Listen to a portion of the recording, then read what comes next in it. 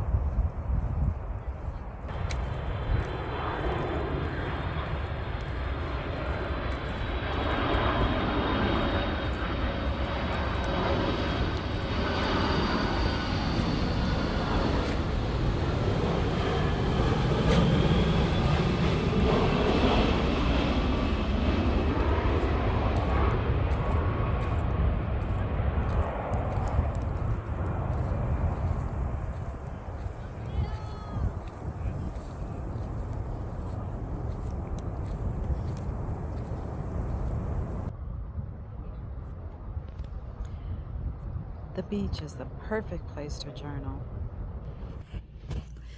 So it took me a minute to find a quiet spot, almost a sort of secluded spot on this particular beach, because it is a smaller beach, but very quaint and just a real cute spot.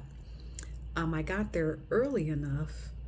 Like once I got there, there was hardly no one there. But as the hours went on, people started coming in, so it became a little bit harder for me to find a particular spot for a ritual that I did.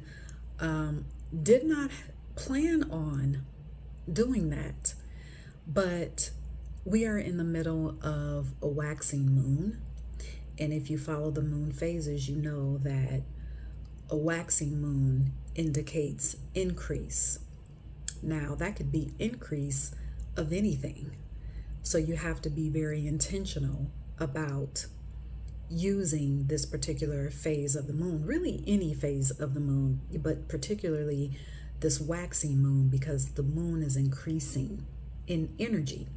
So you have to be particularly specific and particularly intentional of what you want to see and have increase in your life. And you also have to be bold enough to embrace your power to call in increase of all things good and perfect, increase in the things that you want in your life. You have to be bold in that power. So in my secluded spot, I collected the body of water that I was next to, and I spoke in the water my intention, using the energy of the waxing moon, using the currency of the water, also using the fact that it was windy. Of course, it's always a little more windy when you're by the water. Using the power of the sun, since today is Sunday, and also taking advantage of the fact that on our particular calendar that we use, yes, it is off. However, there is newness that is approaching, newness in the seasons. We know that winter solstice is 3 weeks away, yet we also know that tomorrow is December 1st. So I used the energy of the newness that's in the air, the energy of the sun, the energy and power of the wind, the power of water, and the power of my own Heka, my life force energy. I have access to all of those energies that I just named. The moon, the access to moon energy. I used all of the elements that I have access to. I used the cosmic energy that I have access to, that I am very well connected to set my intention. And I sent that back into the water. I also used the water that I was drinking to mix it in with the body of water that I collected, and I gave that back to the earth, and I blessed the earth with it. You have the power to do that. It is time for you to embrace your power in that way.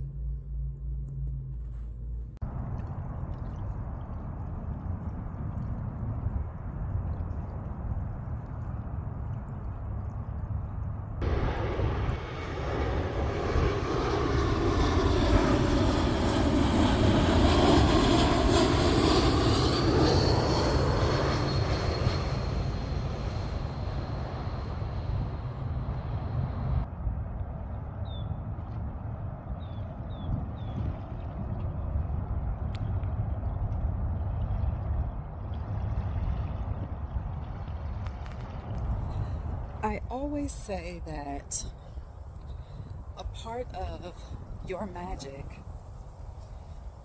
is understanding exactly what you desire. So, for example, I desire to live every single day where I can feel the sun on my face, the sun on my body, where it's just warm all the time. I desire to have easy access from the beach, or to the beach, to a natural body of water, because I often use water as a part of my ritual, as a part of my magic. And many times we miss out on the magic in our lives. I'll even take the beach, even if it includes being this close to an airport. But anyway, we often miss the own magic in our own lives because we have been conditioned to be afraid to actually say what we want. Many times our desires and what we truly want, it goes against the grain of what we have actually seen people accomplish in our lives, even the people closest to us. So we stray away from our own desires, one, because the ego says, well, that's not realistic, or you've never seen anyone accomplish that, so that's out of your league. Or people miss out on their desires because they, once again, allow the ego to come in and say, well, how are you going to do that? Where are you going to get the money? Is that realistic? Which is untrue. See, your ego only knows the past. The ego only knows the present. But it is your soul that can see everything. So when you hear this notion of quantum leaping and living your quantum identity, living in your quantum timeline. That's what we're talking about. At least from my perspective, that's what it means to me. To be quantum is to just embrace your desire. When you start to embrace your desire, every decision that you make is for that desire, nothing less than that. And so, I just wanted to offer you that as I continue to watch the planes